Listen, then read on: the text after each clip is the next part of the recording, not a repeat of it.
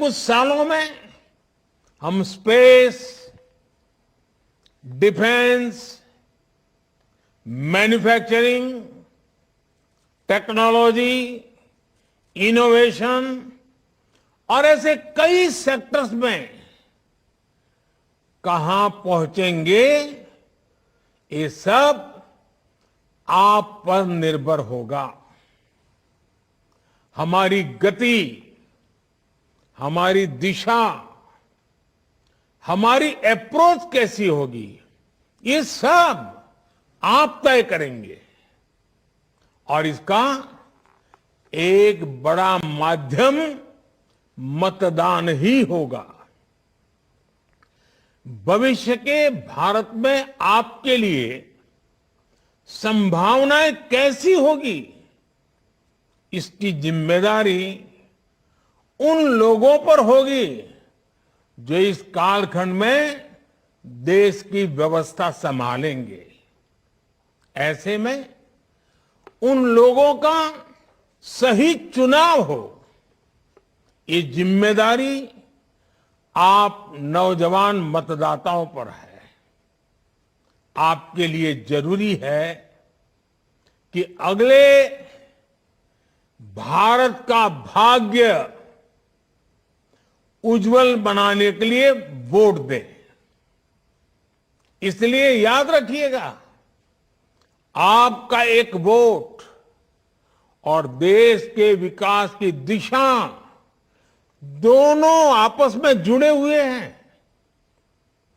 आपका एक वोट भारत को दुनिया की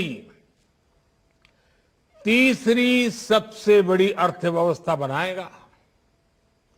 आपका एक वोट भारत में एक स्थिर और बड़े बहुमत वाली सरकार लाएगा। आपका एक वोट भारत में तेज रिफॉर्म्स को, उसकी गति को और तेज गति देगा। आपका एक वोट भारत में डिजिटल क्रांति को और ऊर्जा देगा। आपका एक वोट पहली भारतीय को अपने दम पर अंतरिक्ष में पहुंचाएगा। आपका एक वोट अंतरिक्ष में भारत का पहला स्पेस स्टेशन स्थापित करवाएगा। आपका एक वोट भारत में पहला पैसेंजर एयरक्राफ्ट बनवाएगा। आपका एक वोट दुनिया में भारत की साख और बढ़ाएगा। इसलिए आपके एक वोट में बहुत बड़ी ताकत है।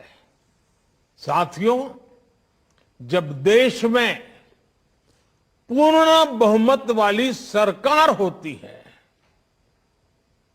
जब देश में स्थिर सरकार होती है, तो देश बड़े फैसले लेता है, दशकों से लटकी हुई समस्याओं को सुलझाकर आगे बढ़ता है।